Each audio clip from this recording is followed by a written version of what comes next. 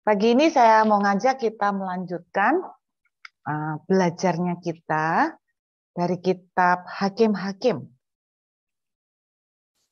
Kita akan melihat Hakim-Hakim pasal yang keempat. Kita lihat terlebih dahulu Hakim-Hakim pasal 4, ayat yang keempat. Oke, kita lihat Hakim-Hakim pasal yang keempat, ayat yang keempat, sampai dengan ayat yang ke-7. Saya akan membacakan buat saudara.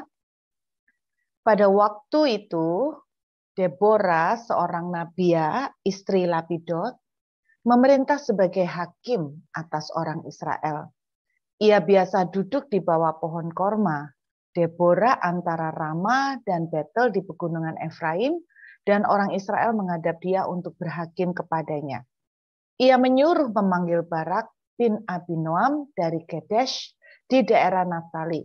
Lalu berkata kepadanya, bukankah Tuhan Allah Israel memerintahkan demikian? Majulah, bergeraklah menuju Gunung Tabor dengan membawa 10.000 orang Bani Naftali dan Bani Sebulon bersama-sama dengan engkau. Dan aku akan menggerakkan Sisera, panglima tentara Yabin, dengan kereta-keretanya dan pasukan-pasukannya menuju engkau ke sungai Kison, dan aku akan menyerahkan dia ke dalam tanganmu. Amin. Saudara, judul renungan saya pagi ini adalah maju perang atau tidak. Ceritakan dulu sedikit background ya dari cerita ini. Kita tahu bahwa ketika Yosua mau mati, Tuhan sempat bicara, kamu sudah tua, tapi banyak tanah Kanaan yang belum kamu dudukin. Kemudian masih ada sisa-sisa orang Kanaan yang belum dimenangkan. Dan salah satunya adalah di bawah kepemimpinan Sisera, seperti yang kita lihat ini. Mereka menindas orang Israel setelah zaman Hakim Ehud. Jadi setelah zaman Hakim Ehud, orang Israel mengalami keamanan selama 80 tahun, lalu kemudian mereka mulai ditindas lagi setelah Ehud mati, mereka ditindas selama 20 tahun, kemudian Tuhan berbicara melalui Deborah, seorang nabia. Saudara, saya ingin mengajak kita memikirkan pagi ini tentang meresponi suara Tuhan. Banyak pertanyaan yang pasti, antara lain salah satu yang pertanyaan yang sering muncul tuh gini, suara Tuhan ini benar nggak ya? Ya kalau benar, kalau salah gimana? Sama seperti ketika pertama kali saya mendengar suara Tuhan untuk saya membawa anak-anak ke Australia untuk sekolah, ada konflik batin antara benar nggak ya? Ya kalau benar, kalau salah ya apa? Nanti resikonya seperti apa? Dan sebagainya. Nah, pertanyaan ini yang saya mau ajak kita merenungkan pagi hari ini. Makanya saya kasih judul maju perang enggak ya? Maju perang atau tidak. Nah, kalau kita melihat ketika Tuhan berbicara melalui Deborah, seorang nabia, mengenai satu message supaya suruh menyerang dan Tuhan akan menolong dan menyertai. Kalau saudara melihat di Hakim-Hakim pasal yang ke-5, dalam nyanyian Deborah, jadi Deborah setelah mengalami kemenangan, dia membuat nyanyian. Nyanyian ini sebetulnya merupakan cerita dari apa yang terjadi di dalam peperangan. Saudara, di dalam nyanyian Deborah, kita bisa menemukan mulai dari ayat yang ke-16, kita bisa menemukan mulai dari ayat 16 sampai dengan ayat yang ke-17. Ada 4 suku. Dari 12 suku Israel, ada 4 suku yang tidak mau maju perang. Oke. Ada 4 suku yang tidak mau membantu Deborah. Suku apakah itu? Kalau kita lihat ayat 16 sampai dengan dari ayat 15 akhir ya. Itu kita akan temukan suku itu adalah 1 Ruben, kedua Gilead, ketiga suku Dan, Dan yang keempat adalah suku Asyer. Bagi saya, keempat suku yang tidak mau maju perang ini adalah sebetulnya tanpa disadarin gambaran kita semua di dalam meresponi suara Tuhan. Apapun suara Tuhan yang saudara dapatkan. Beberapa hari yang lalu ada seseorang mengirimkan message, dia tanya gini, dia berusaha untuk mengupayakan dengan apa yang dia bisa untuk bisa mempunyai keturunan. Dan dia berkata sudah beberapa kali gagal. Lalu dia bilang, saya nyoba lagi enggak ya Bu? Nah, pertanyaan-pertanyaan seperti ini yang mungkin menjadi satu struggle, satu konflik buat kita. Nah, mudah-mudahan dari gambaran 4 suku ini bisa menjelaskan tentang banyak hal tentang gambaran yang kita lakukan ketika kita meresponi suara Tuhan. Saya akan mengambil dari belakang ya, saudara, yaitu kita akan melihat dari suku Asyer terlebih dahulu. Suku Asyer ya. Alkitab menuliskan begini di ayat yang ke-17 bagian yang kedua. Ayat 17 dari Hakim-Hakim pasal 5 ayat 17 bagian yang kedua. Suku Asyer duduk di tepi pantai laut, tinggal diam di teluk-teluknya.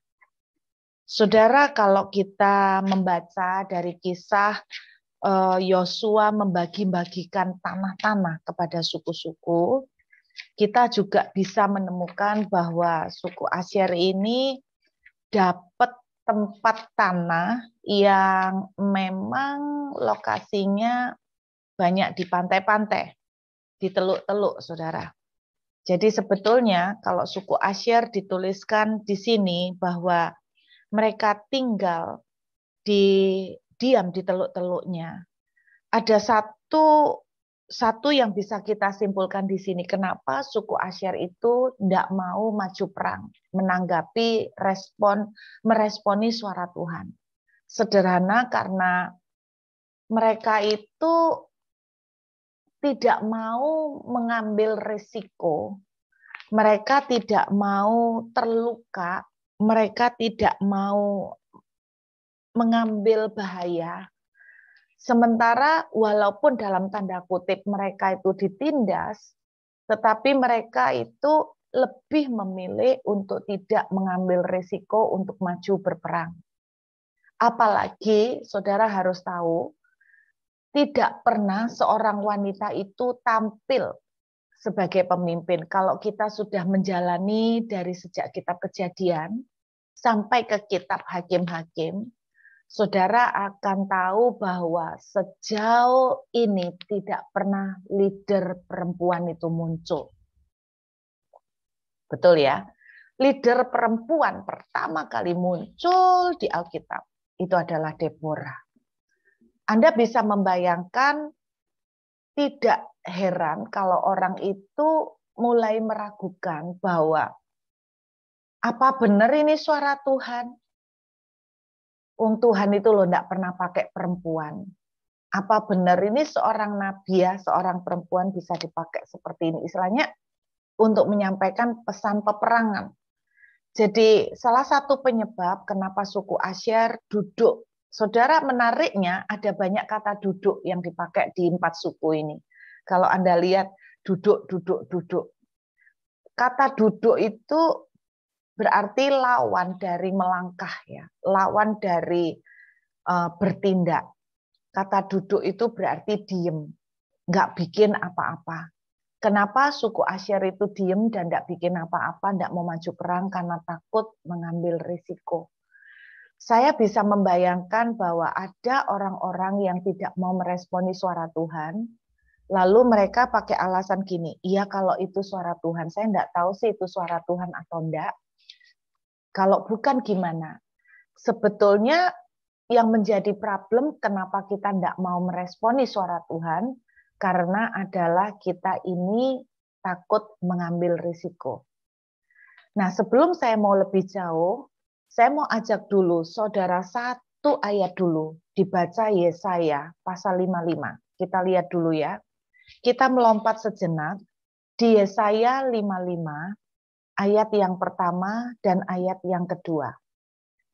Yesaya pasal 55 ayat yang pertama sampai dengan ayat yang kedua.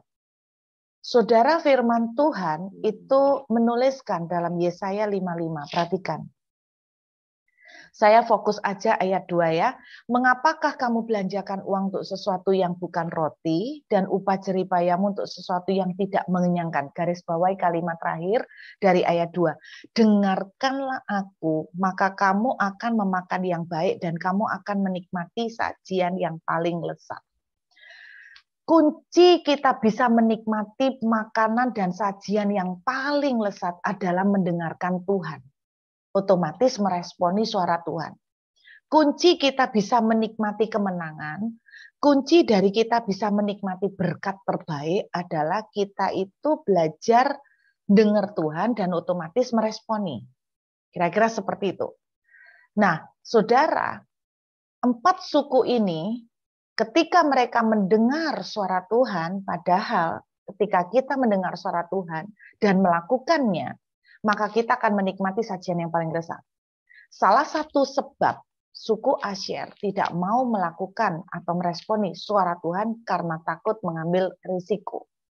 Berapa banyak dari kita ketika kita mendengar suara Tuhan, kita itu meragukan, iya kalau benar atau enggak.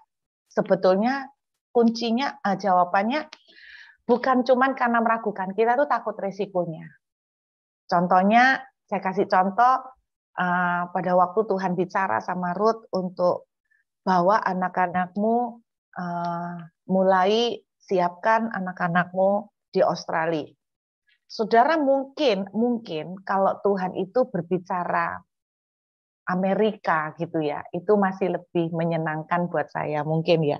Tapi ketika Tuhan bicara tentang Australia, apalagi Perth, saudara, ada banyak hal yang terjadi di dalam hati saya. Salah satunya saya takut untuk mengambil risiko.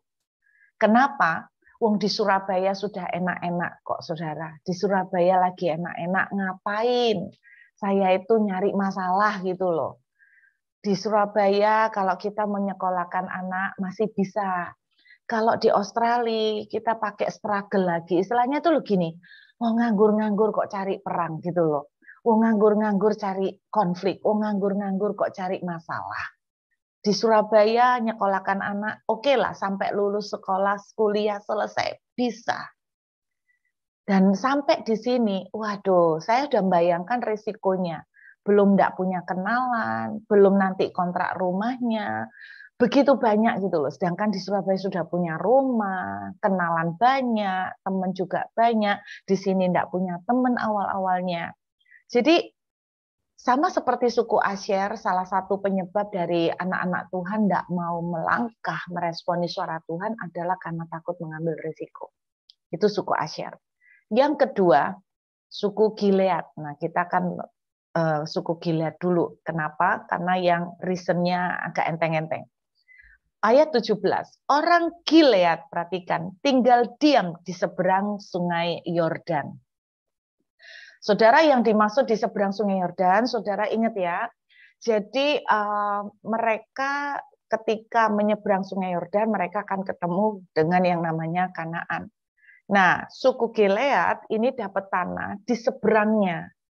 Jadi sebetulnya mereka nggak sampai masuk Kanaan. Kenapa orang Gilead itu nggak mau perang? Sederhana, Bapak Ibu. Karena tidak ada hubungannya sama mereka. Mereka itu loh di luar Kanaan. Jadi dalam hati mereka pikir, ngapain gue ikut repot-repot? Ngapain gue ikut susah-susah? Wong itu kan yang terjadi masalah di Kanaan. Nah, aku kan di luar Kanaan. Saudara, pernah nggak dapat suara Tuhan yang saudara itu nggak mau meresponi karena sebetulnya nggak mau repot juga karena nggak ada hubungannya. Bahasa sederhananya itu gini loh. Apa sih untungnya buat gua? Gitulah. Salah satu contoh pada waktu Tuhan menaruh satu beban mengenai membuat sekolah King's Kids. Terus terang dalam hati, apa hubungannya sama saya? Ngapain mas saya repot-repot? Kalau orang nggak bisa bayar duit sekolah ya udahlah. Ngapain saya yang susah-susah? Harus bikin sekolah lah, harus bikin beginilah. Jadi intinya saudara, ada orang-orang yang nggak mau meresponi suara Tuhan karena mereka merasa buat apa, untungnya apa. Nah, mungkin sederhana juga seperti ini. Misalnya, tiba-tiba Tuhan bicara, ambil nih duit sekian untuk si A, kasih. Nah, saudara, itu kan urusannya si A gitu loh. Ngapain gua ikut pusing-pusing ngambil duit untuk kasih si A gitu kan. Saya pernah juga ketika satu kali Tuhan itu bicara begini, kasih duit untuk orang ini, dia lagi butuh untuk beli handphone buat anaknya. Dalam hati, ya urusannya dia lah mau beli handphone, nggak beli handphone. Saya bilang, apa urusannya sama saya? Gitu loh, saya untungnya apa? Nah, itu yang terjadi pada Gilead. Jadi ada orang-orang yang tidak meresponi firman Tuhan, respon suara Tuhan, karena merasa suara itu sebetulnya nggak ada untungnya apa-apa buat dia, malah cari tugas baru, cari PR tambahan, nggak ada hubungannya sama dia. Itu Gilead. Yang ketiga, suku Dan. Nah, saudara perhatikan, suku Dan ayat 17. Mengapa mereka tinggal dekat kapal-kapal? Saudara, saya kemarin ini ketika khotbah, saya menambahkan di khotbah saya tentang Jopa.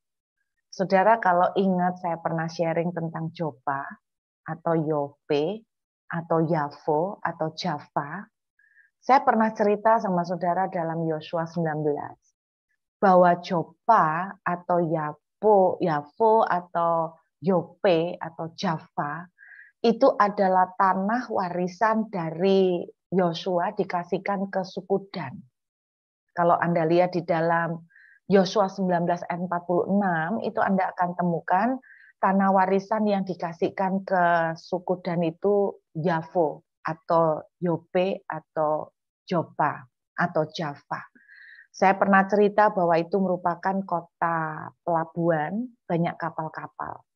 Nah, Anda perhatikan, dituliskan suku Dan, mereka tinggal dekat kapal-kapal. Dengarkan, sangat mengagetkan bahwa ternyata orang-orang Dan sampai akhir hidup mereka, mereka tidak pernah punya warisan tanah.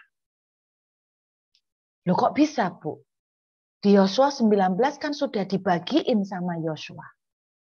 Ternyata mereka tidak pernah punya warisan tanah. Ada satu suku yang tidak punya warisan tanah, saudara tahu namanya suku Lewi. Betul ya? Mereka tidak punya warisan tanah karena memang Tuhanlah yang menjadi warisan mereka. Mereka memang tidak dikasih tanah. Beda dengan suku Dan. Suku Dan itu dikasih warisan tanah sama Yosua. Tetapi kenapa suku Dan tidak pernah betul-betul memperoleh warisan itu? Sederhana. Ternyata suku Dan ini dikenal sebagai sea people, orang-orang laut. Jadi suku Dan ini sebetulnya suka banget dengan kelautan. Ambisi atau mimpi atau cita-cita mereka, passion mereka adalah di dunia kelautan. Makanya mereka dijuluki sebagai sea people, orang-orang laut. Tetapi lucunya, mereka tinggal dekat kapal-kapal, tapi mereka tidak pernah punya kapal. Mereka tinggal dekat kapal-kapal, tapi itu bukan tanahnya mereka, tanahnya orang. Mereka tidak pernah punya tanah, padahal dikasih sama Yosua Yavo. Yavo itu daerah pelabuhan. Tapi mereka tidak pernah mendapatkan Yavo itu di tangan mereka. Anda tahu kenapa?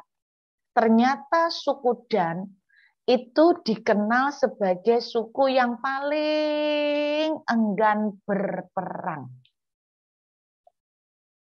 Suku Dan adalah suku yang paling enggan untuk berperang. Jadi kenapa mereka itu tidak mau maju berperang? bersama dengan Deborah. Karena mereka enggan berperang. Ini tipe orang yang berandai-andai. Kapan ya Tuhan kasih saya rumah? Tuhan sudah janji loh kasih saya rumah. Kapan ya Tuhan sudah janji mau kasih saya jodoh, tapi nggak dapat-dapat. Kenapa? Karena mereka nggak pernah melangkah. Mereka males berperang, mereka males berusaha. Mereka cuman tinggal dekat kapal sambil berangan-angan, berfantasi. Duh, nanti kalau aku udah punya kapal enak ya, aku bikin begini-begini. Tapi mereka nggak pernah punya. Itu yang terjadi pada suku Dan. Jadi mereka tidak mendapatkan warisan karena mereka enggan untuk melangkah. Jadi saudara, ini yang ketiga. Ada orang-orang yang meresponi suara Tuhan dengan cara tidak bikin apa-apa. Saya kan pernah bilang, saudara, suara Tuhan itu misalnya tentang jodoh, ya melangkahlah. Melangkah gimana? Jangan mengumpet di kamar. Mulai dirubah cara berdandan. Barangkali cara berdandan kita seperti gembel sehingga tidak ada lawan jenis yang tertarik. Mungkin harus make up sedikit lah, ya kan? Saya pernah cerita bagaimana dulu ada orang minta didoakan untuk dapat jodoh. Nah, ternyata penampilannya poninya yang menutupi muka separuh, yang saya sempat waktu lihat dia sampai lompat karena ketakutan. Nah, saya langsung ingat film Sadako. Ya, tahu Sadako, saudara. Jadi ya, lah saya dalam hati berpikir gimana orang mau jatuh hati lah kalau ngelihat aja udah kaget, ya kan? Nah, coba dipikir kenapa kok nggak dapet jodoh? Mungkin terlalu judes, mungkin terlalu kemproh bahasanya orang Jawa, mungkin terlalu gimana gitu loh sehingga nggak pernah melangkah. Sama suara Tuhan yang terjadi pada suku Dan adalah tidak melangkah. Yang keempat, suku Ruben. Oke, saya tidak tahu saudara masuk yang mana atau malah empat-empatnya. Haleluya. Suku Ruben ayat 16. Mengapa engkau tinggal duduk di antara kandang-kandang sambil mendengarkan seruling memanggil kawanan? Di pihak pasukan suku Ruben ada banyak pertimbangan. Rupanya suku Ruben ini tipe melankolis. Mohon maaf yang tipe melankolis tidak bermaksud untuk menyinggung. Tipe melankolis itu adalah tipe yang banyak pertimbangan sampai takut nggak melangkah-melangkah. Banyak pertimbangan. Nanti gimana kalau seperti ini? Gimana kalau kayak gini? Iya kalau itu benar suara Tuhan. Kalau enggak gimana? Kalau seperti ini gimana? Kalau terjadi gini gimana? Malapetaka akan terjadi. Begini. Itu banyak pertimbangan. Saudara tahu enggak? Sebetulnya orang yang banyak pertimbangan itu sebetulnya sederhana karena suku Ruben itu meragukan suara Tuhan. Mungkin salah satu yang menjadi pertimbangan suku Ruben dan suku Asyer yang takut untuk mengambil risiko adalah karena di Hakim-Hakim pasal 4 dituliskan begini. Hakim-Hakim pasal 4 ayat 3. Lalu orang Israel berseru kepada Tuhan sebab Sisera mempunyai 900 kereta besi dan 20 tahun lamanya ia menindas orang Israel dengan keras. Salah satu yang dipertimbangkan suku Ruben karena suku Ruben itu melihat orang Kanaan yang mereka hadapi punya 900 kereta besi. Sehingga mereka terintimidasi karena mereka melihat kekuatan lawan. Yang membuat orang ragu untuk melangkah, meresponi suara Tuhan karena banyak pertimbangan mengenai kekuatan lawan. Sehingga melihat kekuatan Tuhan itu tersembunyi. Karena kita melihat kekuatan lawan jauh lebih besar. Ini yang terjadi juga pada waktu perang melawan Goliat. Bagaimana orang-orang Israel banyak pertimbangan. Karena apa? Mereka melihat dan mengukur kekuatan lawan. Tahukah saudara bahwa suara Tuhan sering sekali di atas atau melampaui kekuatan lawan. Artinya itu begini, suara Tuhan seringkali justru berlawanan dengan kekuatan kita. Sehingga seakan-akan kekuatan lawan itu lebih besar. Perhatikan ketika Tuhan bicara kepada Abraham, aku akan memberi keturunan. Tuhan bicara kepada Abraham ketika usia 70 tahun lebih. Kalau usia 20 tahun masih cengli, kalau 70 tahun lebih udah expired suara Tuhannya. Perhatikan, kekuatan lawan terlalu besar. Suara Tuhan seringkali diberikan justru melampaui kekuatan kita. Itu sebabnya banyak orang yang ragu untuk meresponi suara Tuhan. Kenapa? Karena kekuatan lawan jauh lebih besar. Perhatikan, selalu polanya seperti itu. Jadi 4 alasan, 4 golongan kenapa mereka tidak melangkah. Saudara masuk mana? Saya mau tanya pagi ini, adakah saudara dapat suara Tuhan? Suara Tuhan untuk memulai sebuah pekerjaan. Suara Tuhan untuk mengenai dapat jodoh. Suara Tuhan mengenai akan memiliki sebuah rumah. Suara Tuhan mengenai pemulihan keluarga, pemulihan keuangan, apapun itu. Perhatikan, 4 orang dalam 4 kategori ini yang tidak meresponi. 1 adalah karena takut mengambil risiko. Saya bisa punya ribuan alasan untuk takut mengambil risiko untuk berangkat ke Australia. Kedua, apakah Anda merasa bahwa suara Tuhan itu tidak ada untungnya buat Anda? Ketika Tuhan bicara, nak, buat sesuatu untuk orang-orang miskin. Nak, kasih makan orang-orang miskin. Saudara bilang, ngapain? Nggak ada koneksinya sama aku. Gitu kan? Orang seperti Gilead. Atau yang ketiga, saudara seperti suku Dan. Enggan untuk melangkah. Ini tipe NATO. No action, talk only. Kenapa saya bilang gitu? Karena suku Dan itu tukang kritik. Oh, kritiknya ciamik. Ini kalau datang ke gereja, tipenya. Kalau datang ke gereja, itu tipe orang yang gini loh, suka ngeritik, kayak, ya kan? Suka ngeritik, tapi gak pernah coba disuruh khotbah sendiri, belum tentu bisa. Ya ngeritik, pendeta ini dikritik, yang ini dikritik, gembala ini dikritik. Ada tipe-tipe jemaat seperti itu. Tapi Anda lihat, hidupnya juga nggak kemana-mana, karena nggak pernah bikin apa-apa. Suku Dan ini nggak pernah bikin apa-apa. Dan yang keempat, ataukah saudara suku Ruben, Anda banyak pertimbangan, mengukur kekuatan sendiri dibandingkan dengan kekuatan lawan, atau Anda meragukan Deborah sebagai orang yang dipilih oleh Tuhan. Saudara, yang luar biasa, saya mau tunjukkan pada Anda. Barak, ketika disampaikan oleh Deborah mengenai suara Tuhan. Kita lihat yuk kembali ke Hakim-Hakim 4. Bagus. Hakim-Hakim pasal 4. Ayat 6.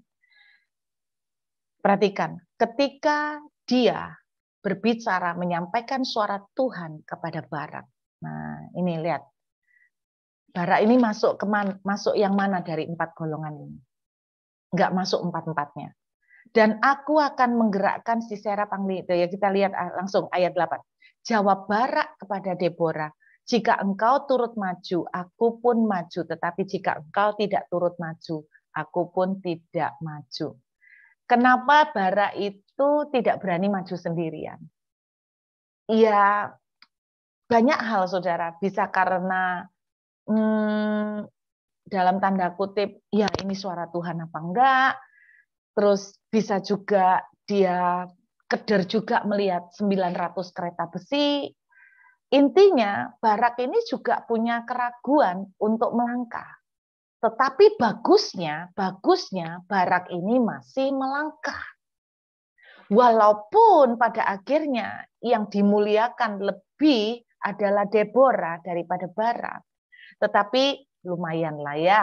Barak masih dapat nama di Alkitab, ya kan? Masih dapat nama bagus di Alkitab. Walaupun kreditnya atau honor-nya jatuh ke Deborah daripada ke Barak sebagai seorang laki-laki. Jadi intinya Barak tidak masuk 4 golongan ini. Karena apa? Dia melangkah walaupun ragu. Dia masih melangkah. Nah, inilah message akhir dari semua renungan pagi ini. Ketika kita mendapatkan satu pimpinan Tuhan, marilah kita belajar untuk meresponi, melangkah. Dengan langkah yang kita bisa lakukan. Walaupun Barak itu ragu, walaupun Barak itu masih rada keder, tapi dia itu melangkah. Dan saudara, dengarkan baik-baik. Semua message Tuhan pasti ada reward. Walaupun orang Gilead itu berkata begini, buat apa aku tuh ikut perang, wong aku tuh di luar Kanaan. Tetapi seandainya dia ikut perang, selalu ada reward. Kenapa saya bilang selalu ada reward? Di dalam nyanyian Deborah dituliskan ada begitu banyak jarahan yang mereka terima. Dan sebetulnya kalau Gilead ikut berperang, maka tidak mustahil bahwa orang-orang Gilead juga akan menduduki tanah baru dan mendapatkan jarahan-jarahan yang luar biasa. Intinya, ketika kita mendapatkan suara Tuhan, apapun itu, baik saudara ragu itu benar dari Tuhan atau enggak, baik saudara ragu tentang risiko yang saudara harus hadapin, belajarlah mengambil langkah walaupun sederhana. Kenapa? Karena kalau saudara sama sekali tidak melangkah, maka saudara akan berujung seperti suku Dan. Sampai akhir hidupnya, mereka tidak menduduki tanah apapun. Saudara yang amazing. Nah, satu lagi. Hakim-Hakim pasal 4. Satu lagi, yuk. Perhatikan Hakim-Hakim pasal 4. Dituliskan di ayat sebelumnya, yaitu mengenai satu suku Isakar. Oke. Hakim-Hakim pasal yang kelima, saudara, di dalam nyanyian. Di dalam nyanyian Deborah. Perhatikan. Saudara, dituliskan di ayat 15. Juga para pemimpin suku Isakar menyertai Deborah. Saudara, menariknya, perhatikan, menariknya, di Indonesia terjemahannya pemimpin. Di bahasa aslinya bukan pemimpin, Bapak Ibu. Di bahasa aslinya pakai kata the prince. Prince, pangeran. Pangeran. Saudara tahu kan dalam 1 Tawari 12 ayat 32 dituliskan bahwa suku Isakar itu adalah suku yang bisa menangkap pimpinan Tuhan. Mereka tahu apa yang harus dilakukan oleh orang Israel. Suku Isakar inilah yang melobi, yang mengencourage, yang menyemangati, yang mengkonfirmasi suku-suku yang lain mengenai pemilihan Tuhan kepada Deborah. Sebab seperti saya bilang, tidak pernah muncul dalam ratusan tahun generasi mereka seorang perempuan menjadi pemimpin perang. Kalau masih Nabiya masih oke, tetapi sebagai pemimpin perang itu tidak pernah terjadi. Sehingga saudara bisa bayangkan suku-suku itu bisa dengan mudah ragu, tetapi suku-suku yang lain ketika mendengar suara Tuhan, mereka melangkah. Barak walaupun ragu tetap melangkah. Dan suku Isakar dituliskan, yang anehnya suku Isakar dituliskan begini, the prince of the Isakar. Saya sampai heran, kenapa orang-orang Isakar oleh Deborah dalam nyanyiannya dijuluki sebagai pangeran-pangeran. Dengarkan baik-baik. Karena mereka sangat, bukan cuma sangat gagah, sangat berkarisma, mereka sangat diberkati. Mereka sangat diberkati. Saya pernah ceritakan 2 suku terkaya dari 12 suku. Isakar dan Sebulon. Anda tahu kenapa Sebulon kaya? Karena suka nempel sama suku Isakar. Dan Anda tahu kenapa suku Isakar sangat diberkati? Karena suku Isakar tahu tentang suara Tuhan. Yesaya 55 menuliskan, mendengarkan Tuhan, engkau akan menikmati sajian yang lezat. Saudara, Smith Wigglesworth pernah melontarkan satu moto. Anda tahu Smith Wigglesworth adalah seorang hamba Tuhan yang sangat diurapi, seorang tukang ledeng, tukang pipa yang dipanggil Tuhan umur tua ya. Dia kalau doakan orang sakit selalu pakai cara ekstrim, penyakitnya ditonjok. Dia membangkitkan orang mati cukup banyak. Saudara, salah satu pengajaran yang dia katakan itu begini. Itu yang menjadi salah satu moto saya juga. Tuhan berbicara. Saya mempercayainya. Selesai sudah persoalannya. Saya ulangin. Tuhan berbicara. Saya mempercayainya. Selesai sudah persoalan. Biarlah ini juga menjadi pegangan kita. Tuhan bicara, saya mempercayai, problem solve. Kalau Tuhan bicara, kamu sembuh. Saya mempercayai. Tugas Tuhan berbicara. Tugas saya mempercayai. Selesai sudah persoalan. Amin. Sekali lagi, kalaupun kita itu ragu suara Tuhan atau enggak, ambillah tetap melangkah dengan cara yang sederhana.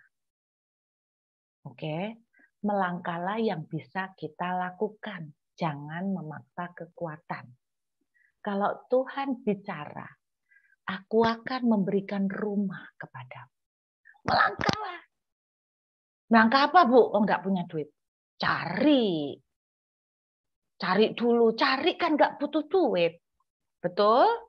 Setelah cari, mana yang suka, mulai tanya-tanya. Tanya tok, Bu. Ya enggak apa-apa, tanya dulu. Tanya-tanya, kemudian dihitung-hitung. Itu langkahnya, dibawa dengan doa. Itu yang saya lakukan dulu, saudara. Beli rumah, tanya dulu. Saudara tahu saya berapa lama tanyanya?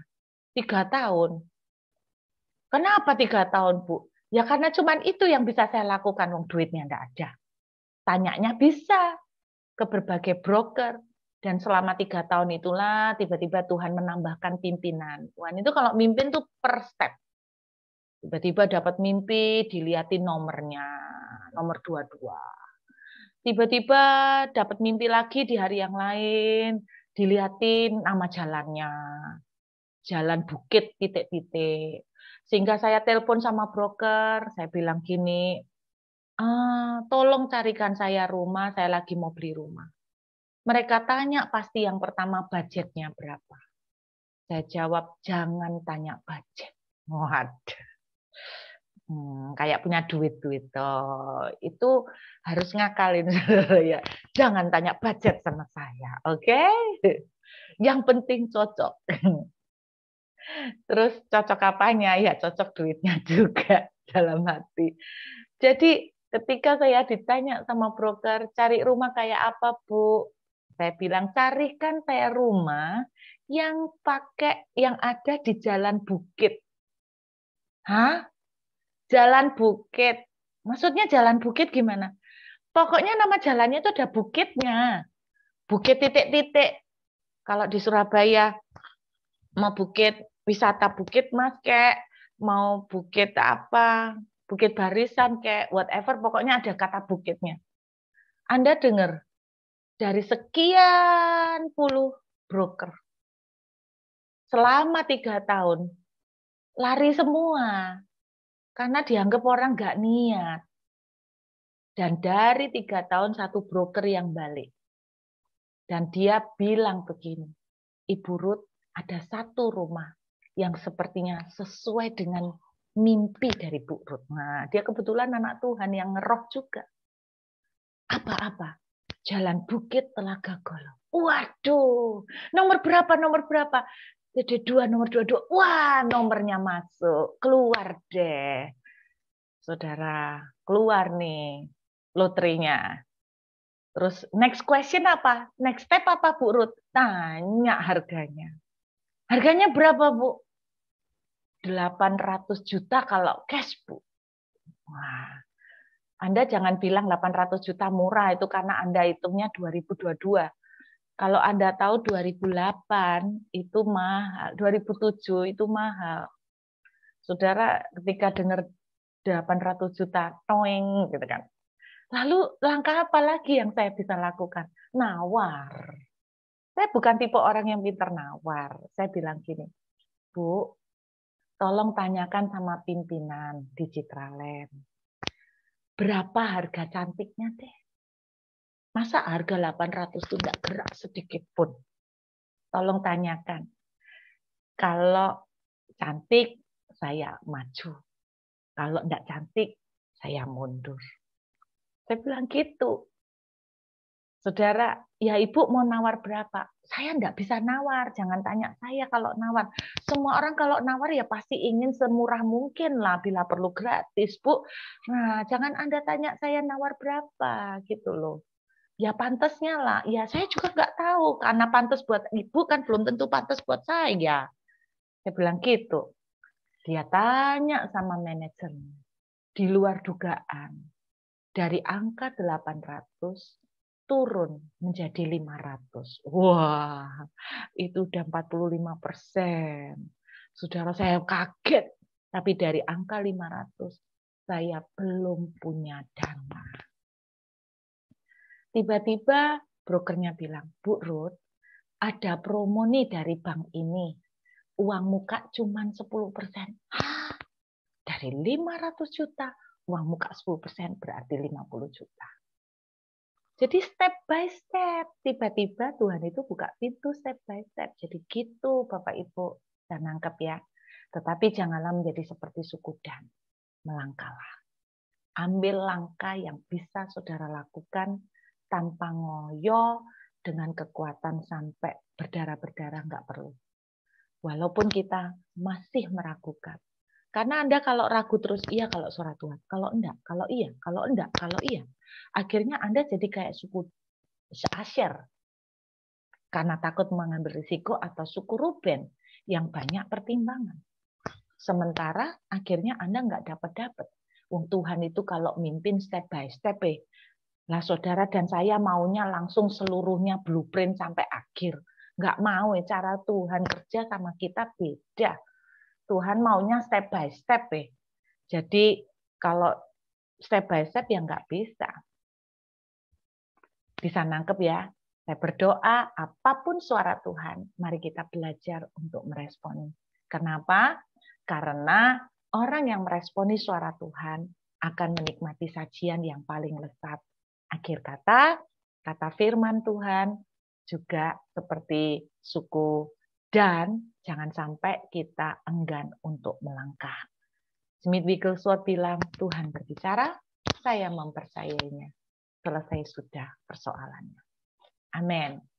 Saudara, banyak hal yang menarik dari kitab Hakim-Hakim. Nanti dalam doa pagi berikutnya, saya mau sharing tentang tiba-tiba saya mendapatkan satu tema, yaitu tentang tidak tahu terima kasih. Saya baru ngerti tentang mental tidak tahu berterima kasih. Itu Hakim-Hakim semuanya. Dan saya berdoa pagi ini, yuk kita melangkah. Saudara, mari kita siapkan hati untuk perjamuan kudus. Kita ambil roti dan anggur. Mari kita sama-sama taruh hati kita di hadapan Tuhan. Kita pegang roti di tangan kanan kita. Kami mengucap syukur Tuhan. Kami percaya inilah tubuh yang telah dipecah-pecah buat kami. Saat kami makan, kami sehat, karena tubuh Yesus telah mengalahkan semua penyakit dan kelemahan fisik.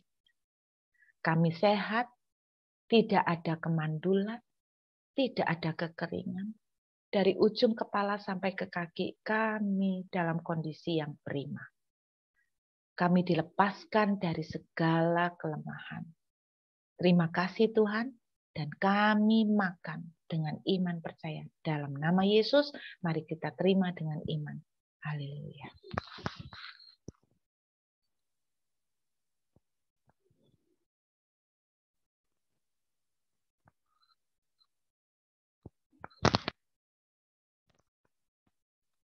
Mari kita ambil anggur.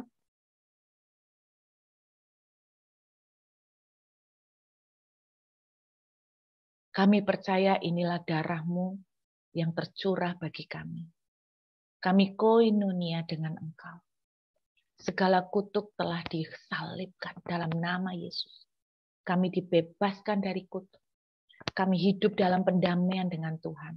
Yang berarti kami hidup di dalam favor Tuhan. Hari ini pun kami akan mengalami kemurahan Tuhan demi kemurahan Tuhan akan mengelilingi dan terjadi dalam hidup kami. Sebab kami menjadi milik kepunyaan. Kami mengalami kemenangan, kami mengalami kepastian. Kami terima dengan iman percaya di dalam nama Yesus. Mari kita minum dengan iman. Haleluya.